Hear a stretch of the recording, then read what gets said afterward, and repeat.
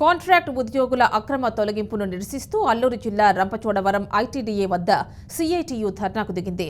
రాష్ట్ర వ్యాప్తంగా అంగన్వాడీలు, ఆశా వర్కర్లు, మధ్యాహ్న భోజన సిబ్బంది, స్కూల్ శానిటేషన్ సిబ్బంది, యానిమేటర్స్, ఫీల్డ్ అసిస్టెంట్స్, ఇతర కార్మికులు కాంట్రాక్ట్ ఉద్యోగులను తొలగించడంపై ఆగ్రహవేశాలు వ్యక్తమవుతున్నాయి. ఉపాధి హామీ ఫీల్డ్ అసిస్టెంట్లను 2,360 మంది ఉపాధి హామీ ఫీల్డ్ అసిస్టెంట్లు, 750 మంది మధ్యాహ్న భోజన కార్మికులను, 500 మంది యానిమేటర్స్ ను తొలగించారని వాపోయారు. వెంటనే వారందరినీ తిరిగి తీసుకోవాలని బెదిరించారు. లేదంటే ఉద్యమాన్ని మరింత ఉధృతం చేస్తామన్నారు.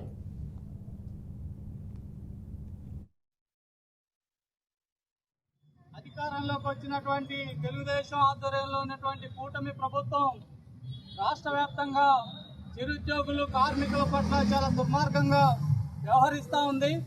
గత ప్రభుత్వంలో ఆ ప్రభుత్వం చేసినటువంటి అనేక దుర్మార్గాల్ని ఎండగడుతూ ఈరోజు రాష్ట్ర వ్యాప్తంగా కార్మికులు, ఉద్యోగులు, ప్రజలు ఇచ్చినటువంటి తీర్పులో భాగంగా ఆ ప్రభుత్వం ఈరోజు ఇంటికి పోయి ఈరోజు కొత్త ప్రభుత్వం అధికారంలోకి వచ్చింది. ఈ ప్రభుత్వం ఎన్నికల సందర్భంగా మన రాష్ట్ర ముఖ్యమంత్రి గారు చంద్రబాబు నాయుడు గారు మాట్లాడుతూ ఇక నుండి మారినటువంటి ముఖ్యమంత్రిని, మారినటువంటి చంద్రబాబు నాయుడిని మీరు చూస్తారని చెప్పి ఈరోజు అధికారంలోకి వచ్చినటువంటి పరిస్థితి ఉంది. కానీ ఇప్పటి వరకు అధికారంలోకి వచ్చిన ఈ కొద్ది కాలంలోనే రాష్ట్ర వ్యాప్తంగా రాజకీయ వేధింపులు ఎక్కువైపోయినాయి.